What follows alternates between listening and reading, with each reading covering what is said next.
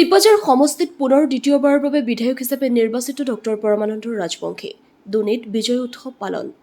সদ্য ঘোষিত বিধানসভা নিৰ্বাচনত বিজেপি প্ৰাৰ্থী ডক্টৰ পৰমানন্দ ৰাজবংশী আৰু জয়ী হোৱাৰ পাছতে আজি দুনিত ভাৰতীয় জনতা পাৰ্টি পাথৰিঘাট মণ্ডলৰ উদ্যোগত টিম চিপাঝাৰ বিজেপি আৰু ৰাইজৰ সহযোগত বিজয় উৎসৱ উদযাপন কৰাৰ লগতে আৰু ৰাইজৰ সৈতে মত বিনিময় কৰে নৱনিৰ্বাচিত বিধায়ক পৰমানন্দ ৰাজবংশীয়ে। ধুলে ডগৰে আদৰি আনে সমৰ্থক আৰু ৰাইজে বিধায়কগৰাকীক।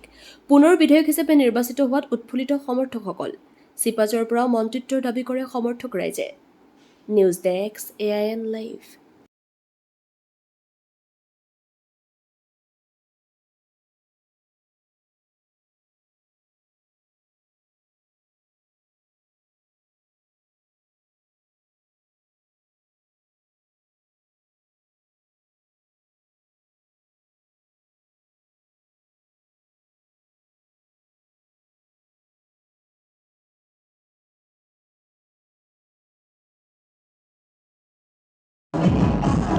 নমস্কাৰ।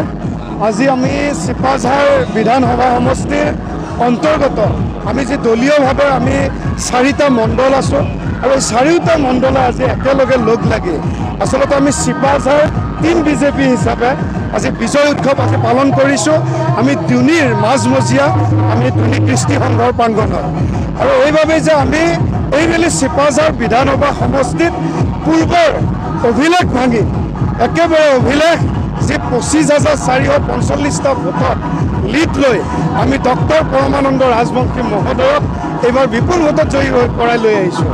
এয়া কেৱল একমাত্ৰ যি ৰূপান্তৰৰ চিপাঝাৰ গঠন কৰাৰ ক্ষেত্ৰত ছাকচেছ হোৱা বুলি ক'ব লাগে। আমি যোৱা 5টি বছৰত ডক্টৰ পৰমানন্দ ৰাজবংশী মহোদয় এটা কথাই কৈছিল, আমি ৰাইজৰ কেৱল উন্নয়নৰ স্বাৰ্থত আহিছোঁ, আমাৰ অন্য ইয়াতে চিন্তা কৰিবলগীয়া একো নাই। আৰু আগৰ যিসকল বিধায়কে চিপাঝাৰ বিধানসভা সমষ্টিত দায়িত্ব লৈ যিসোপা কৰি গৈছে সেয়াৰ উত্তৰ ৰাইজে দিলে। কাৰণ চিপাঝাৰ বিধানসভা সমষ্টিৰ ৰাইজ সঁচাকৈ শিক্ষিত আৰু গোটেই অসমে চাই থাকে প্ৰত্যেক বছৰে যে চিপাঝাৰ বিধানসভা সমষ্টিৰ ৰাইজে কি নিৰ্ণয় ল'ব, সেই নিৰ্ণয়ৰ ওপৰতে কিন্তু অসমত এটা প্ৰতিফলন দেখিবলৈ পোৱা যায় আৰু তাৰ প্ৰতিফলন কিন্তু এবাৰ চিপাঝাৰ বিধানসভা সমষ্টিৰ ৰাইজে দেখুৱাই দিলে। গতিকে আমি আনন্দিত।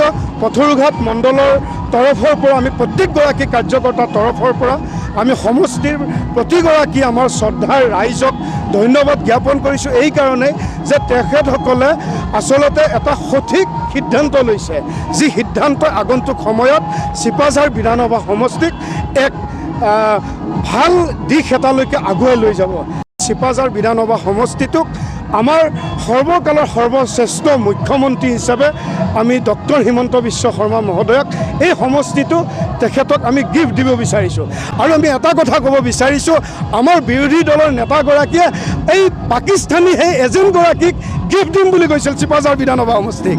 গতিকে আমি তেখেতসকলে এই কথাটোৱে ক'ব বিচাৰিছোঁ যে যিগৰাকীয়ে মুখ্যমন্ত্ৰী হোৱাৰ সপোন দেখিছে তেওঁ নিজেই জিকিব নোৱাৰিলে। আৰু সেই কথাটোৱে আমি চিপাঝাৰ বিধানসভা সমষ্টিয়ে প্ৰমাণ কৰি দেখুৱাইছোঁ যে আচলতে ডক্টৰ পৰমানন্দ ৰাজবংশী মহোদয় এগৰাকী সঁচা অৰ্থত নেতা, যিগৰাকী নেতাৰ কাৰণে আজি আমি চিপাঝাৰ বিধানসভা সমষ্টিক ডক্টৰ হিমন্ত বিশ্ব শৰ্মা মহোদয়ৰ নেতৃত্বত আমি আকৌ পুনৰবাৰ এটা সমষ্টি, সুন্দৰ সমষ্টি, আমি মূল্যৱান সমষ্টি, এটা ভাল উন্নয়নৰ সমষ্টি আমি কৰিব পাৰিম। গতিকে ধন্যবাদ।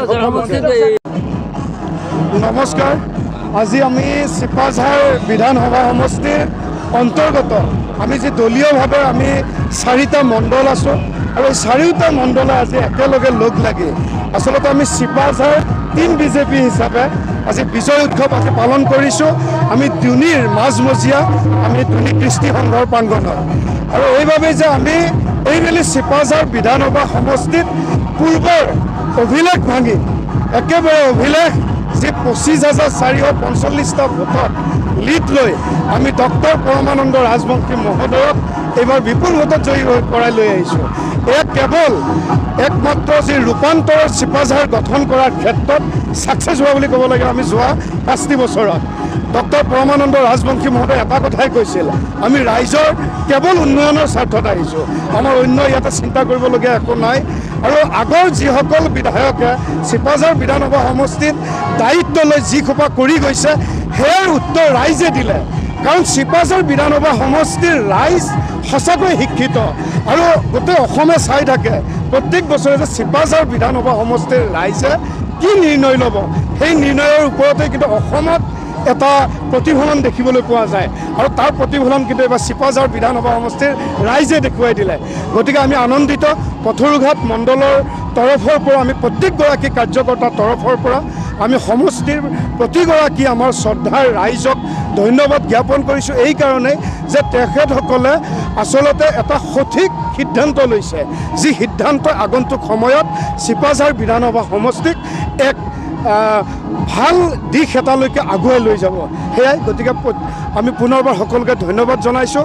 আগন্তুক সময়তো যাতে আমি চিপাঝাৰ বিধানসভা সমষ্টিক ডক্টৰ পৰমানন্দ ৰাজবংশী মহোদয়ৰ নেতৃত্বত আমি পুনৰবাৰ আকৌ আমি এই চিপাঝাৰ বিধানসভা সমষ্টিটোক আমাৰ সৰ্বকালৰ সৰ্বশ্ৰেষ্ঠ মুখ্যমন্ত্ৰী হিচাপে আমি ডক্টৰ হিমন্ত বিশ্ব শৰ্মা মহোদয়ক এই সমষ্টিটো তেখেতক আমি গিফ্ট দিব বিচাৰিছোঁ। আৰু আমি এটা কথা ক'ব বিচাৰিছোঁ, আমাৰ বিৰোধী দলৰ নেতাগৰাকীয়ে এই পাকিস্তানী সেই এজেণ্টগৰাকীক গিফ্ট দিম বুলি কৈছিল চিপাঝাৰ বিধানসভা সমষ্টিক।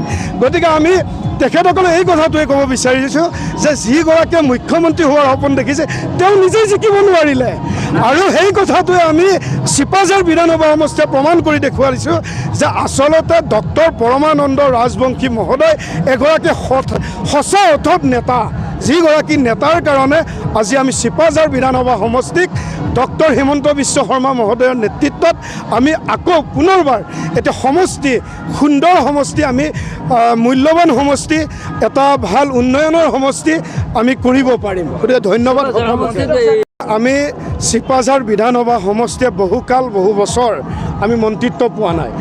এইবাবে আমি এটা দাবী উত্থাপন কৰিম, আমি আমাৰ যিহেতু আমাৰ মুখ্যমন্ত্ৰী মহোদয় আছে, গতিকে আকৌ পুনৰবাৰ যিহেতু তেখেতকে মুখ্যমন্ত্ৰী হিচাপে চিপাঝাৰ বিধানসভা সমষ্টিৰ ৰাইজে আকৌ সপোন দেখিছে, গতিকে আমি তেখেতক অনুৰোধ জনাম যাতে চিপাঝাৰ বিধানসভা সমষ্টি উন্নয়নৰ স্বাৰ্থত, যিহেতু এই অঞ্চলৰ ৰাইজে তেখেতক মুখ্যমন্ত্ৰী হোৱাৰ সপোন আকৌ দেখি আছে, গতিকে আমি ডক্টৰ আমাৰ পৰমানন্দ ৰাজবংশী মহোদয়ক যিহেতু তেখেতে এটি গোটেই অসমৰ আমাৰ অসমৰ খিলঞ্জীয়া ৰাইজৰ স্বাৰ্থত, অসমীয়াৰ স্বাৰ্থত দ্বিতীয়বাৰৰ কাৰণে বিপুল ভোটত আকৌ চিপাঝাৰ বিধানসভা সমষ্টিৰ ৰাইজে তেখেতক জিকালে, গতিকে আমি পুনৰবাৰ তেখেতক মন্ত্ৰিত্বৰে আমাৰ যাতে চিপাঝাৰ বিধানসভা সমষ্টিটোৰ ৰাইজৰ স্বাৰ্থত তেখেতক যাতে মন্ত্ৰিত্ব দি আমাৰ সমষ্টিটো আগুৱাই নিয়াত সহায় কৰে, সেয়া আমি তেখেতক অনুৰোধ জনাইছোঁ। যিকোনো খবৰ বিজ্ঞাপনৰ বাবে যোগাযোগ কৰক 7896121996।